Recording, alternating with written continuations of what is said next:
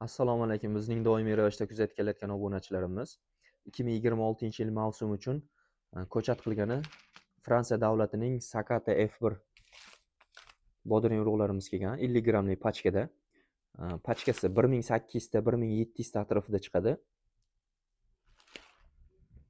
Kimga shunaqa pachkalarimiz kerak bo'lsa, bemalol aloqaga chiqaverasizlar. Bu Yaponiya davlatida firmasi joylashgan bo'lsa ham, asli bu Fransiyaniki. Maniga Fransiyada yozib qo'ygan.